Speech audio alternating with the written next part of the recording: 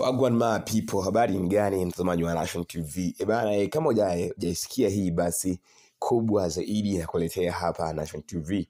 Nachokuomba tu ni kwamba usubscribe, like, comment, pia uweze kushare na wenzako ambao wanatufuatilia ili wenyewe wapate taarifa kama wewe unayotaka kuipata wakati kama huu. Bana, kuna habari kubwa kutoka pale Msimbazi, pamoja na kwamba Simba kafuzu kwenda hatua ya robo ya nusu finali kumlazi hatua ya nusu finali ambapo watakutana na Stella Bosch ambao ndo kwanza wamepanda ligi msimu huu baada ya Marumo Gallants kushuka walipanda wao. Sasa bana, kwenye kuhojiwa kwenye kupita Fadlu Davis bana alikuwa anahojiwa na waandishi wa habari kuhusiana na kile kitu ambacho kinaendelea Msimbazi mpaka sasa hivi, na ambapo yeye mwenyewe alisema kwamba Simba wasiwe na furaha sana kupita kiasi kwa sababu kwanza bado wana hatua ya kupiga kwenda mbele, na alichogusia ni usajili wa Faisal mtoto kutoka Zanzibar, namba 10 ya maajabu, namba 10 ambayo inaweza kucheza kama namba 9, namba 10 ambayo inafunga, namba 10 ambayo inakupa kila kitu, na ndio namba 10 inayoongoza kwa assist nyingi zaidi mpaka sasa kwenye msimamo wa ligi NBC Tanzania. Fadlu Davis hajawa na hiana tena kuficha hili jambo, ambapo yeye mwenyewe amethibitisha kuwa wamefanya kikao cha usajili ambapo wanalenga kumsajili kiungo namba 10 bora mzawa katika nchi ya Tanzania, nchi ya asali na maziwa, nchi ya Mama Samia. Kwa hiyo Fadlu Davis mwenyewe ameliweka wazi hilo, na ni kwamba kuanzia sasa Faisal tutegemee lolote kutoka pale Msimbazi kutua na kuvaa uzi wa mnyama.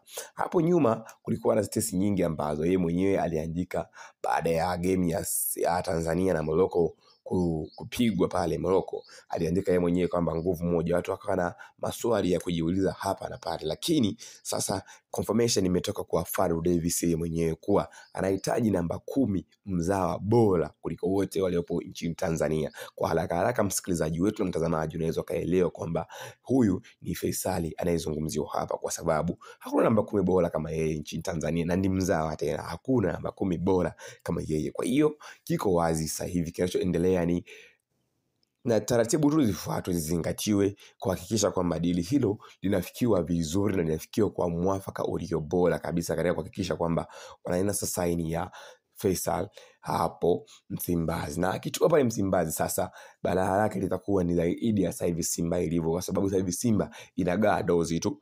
Yaani kelele sio shida zao tena, wao ni wanagawa dozi kulingana na walivyoamka siku hiyo. Kama ulivyoona Mwarabu alitoka kule kwao na njonjo nyingi kwa kupiga goli Simba goli 2-0, lakini kaja kwa Mkapa kafa goli 2 na penalti zikaamua, wakapigwa mikwaju ya penalti 4 zaidi ya mkwaju mmoja tu ambao wao walifanikiwa kuutia kimiani. Kwa hiyo Simba sasa hivi ndio timu ambayo inazidi kuwakilisha nchi kimataifa, kwa sababu ndio timu pekee ukanda wa Afrika Mashariki na Afrika ya Kati inayowakilisha kimataifa. Kwa hiyo tuna haki kujivunia Simba, kwa sababu ndio timu ambayo inaibeba nchi kwa sasa hivi, na ndio timu ambayo inamweka Engineer Hersi kuwa juu, kwa sababu ni rais wa vilabu vyote barani Afrika, rais wa vilabu barani Afrika, ambapo yeye pia anawakilisha nchi. Kwa hiyo bana, Engineer Hersi anajivunia Simba pia, kwa sababu ndio timu pekee iliyobaki kwenye haya mashindano.